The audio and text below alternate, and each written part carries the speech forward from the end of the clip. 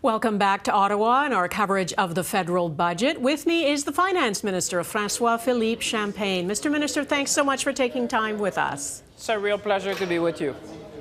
Great. You know that many Canadians are struggling with the cost of living and with the cost of housing, that food bank use is at a record high, youth unemployment is at a 15-year high.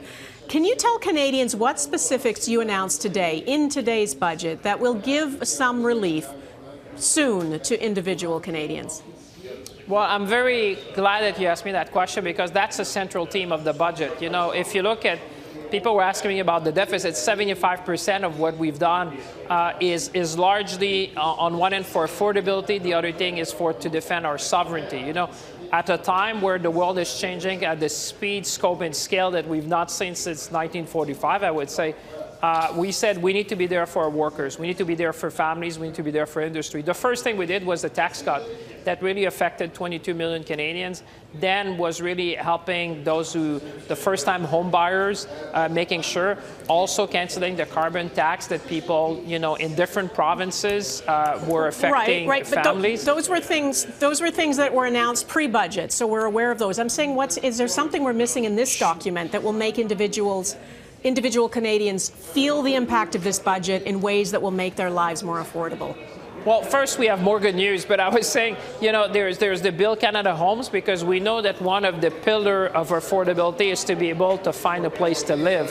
So that's very significant to make sure that we've made record investment in housing, which I would say, if you look at this is one of the key pillars that people have been asking. And I would say also it's the support for workers, because for those who are not affected by the tariff, it's one thing. But if you're in the lumber industry, if you're a canola producer, if you're in the auto sector, steel, aluminum, you know, we have made significant investment, probably the biggest one in a generation, to support these industries, because that goes to affordability. Because if you're a worker and wondering about your job and you need to be reskilling or you need to be staying in employment, you want your government or you want Canadians to be there with you, because at a time like this, we stand together.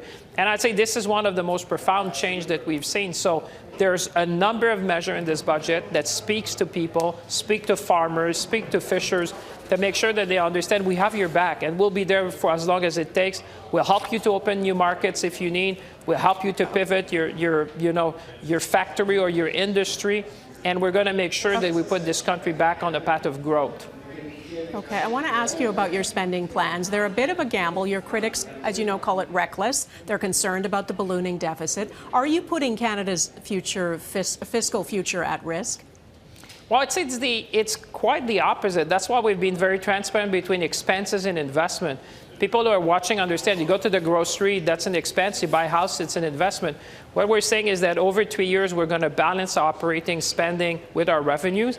And what we're going to borrow is to make capital investment, the kind of things that you need to grow, like infrastructure, ports, airports, road, municipal infrastructure, health infrastructure. You know, if there's one thing that we heard from Canadians, they said, give us a hand, because if you have an hospital or clinic, we're saying we're going to put $5 billion. The province will match us. That's almost $10 billion that can flow into healthcare facilities across the country.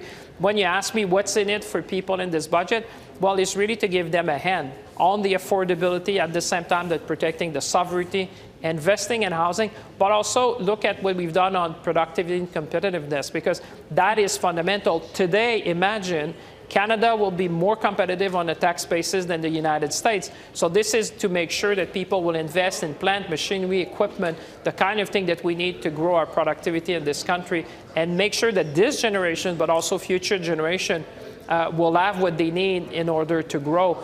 And that's why I say this is generational. When you look at the investment, $280 billion on a cash basis, it's a very significant number, $450 billion. That is something, I would say, historical in growing the economy in the country, but in a very smart way. Okay, we're running short of time. There's a whole bunch of stuff I want to ask you, but I have to ask this because it puzzled me.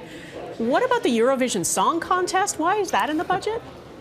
Well, you know, this was something that was asked by the people who participate, and I think it's a platform for Canada to shine. This is about protecting also our identity. Yes, we want to protect our sovereignty, but you also want to help people in the arts sector and in the film industry to make sure that, you know, they can shine around the world, and we have a lot to offer as Canadians. Okay, Finance Minister François-Philippe Champagne, thank you. It's always a pleasure. Looking forward to see you soon. Thank you.